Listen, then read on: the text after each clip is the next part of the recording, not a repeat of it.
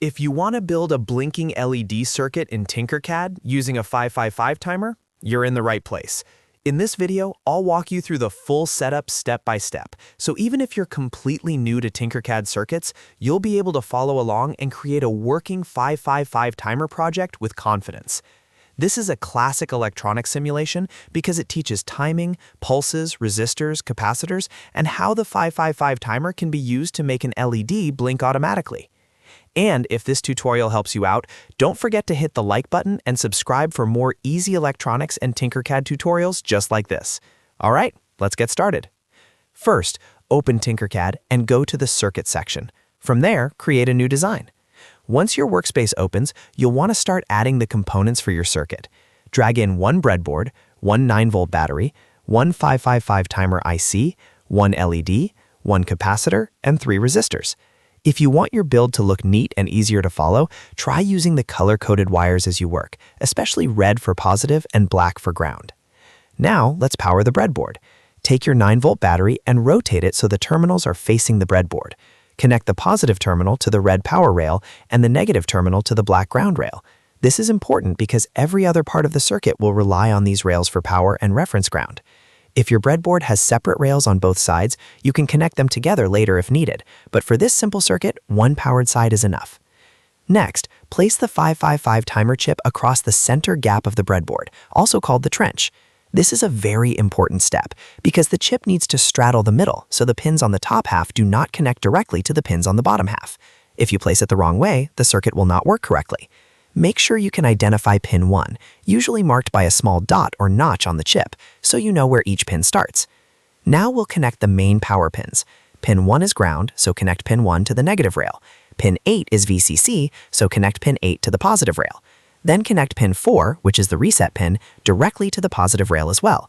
This keeps the 555 timer active and prevents it from resetting unexpectedly.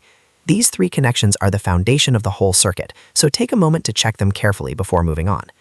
After that, let's set up the LED output. Pin 3 is the output pin on the 555 timer, and this is the pin that will pulse on and off. Place a resistor from pin 3 to the positive side of the LED path. A 220 ohm resistor or a 1 kilo ohm resistor works well here because it helps protect the LED from too much current. Then connect the longer leg of the LED, the anode, to the other end of that resistor. Finally, connect the shorter leg of the LED, the cathode, to the negative rail. Once this is wired correctly, the LED will be controlled by the 555 timer output. Now we can build the timing section, which is what makes the LED blink. Connect pin 2, the trigger pin, to pin 6, the threshold pin, with a jumper wire.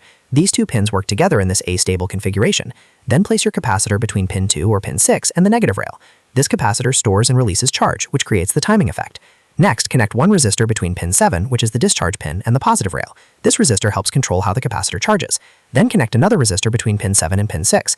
A common value for this resistor is around 470 kiloohms, but depending on the speed you want, you can experiment with different values later. Together, these resistors and the capacitor determine how fast the LED blinks. Once everything is connected, take a moment to inspect the circuit. Make sure the 555 timer is in the correct orientation, the battery rails are wired properly, the LED is facing the right direction, and all your connections are in the correct pins. A small wiring mistake is usually the reason a simulation does not work, so double-checking now can save you a lot of time. Now click Start Simulation in Tinkercad.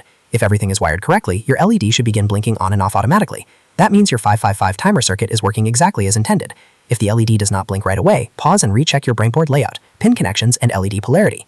If you want to change the blink speed, you can do that by adjusting the resistor and capacitor values. To slow the blinking down, increase the capacitance or increase the resistor. For example, going from a smaller capacitor to a larger one, like from 100 nanofarads to 1 microfarad, will make the LED blink more slowly.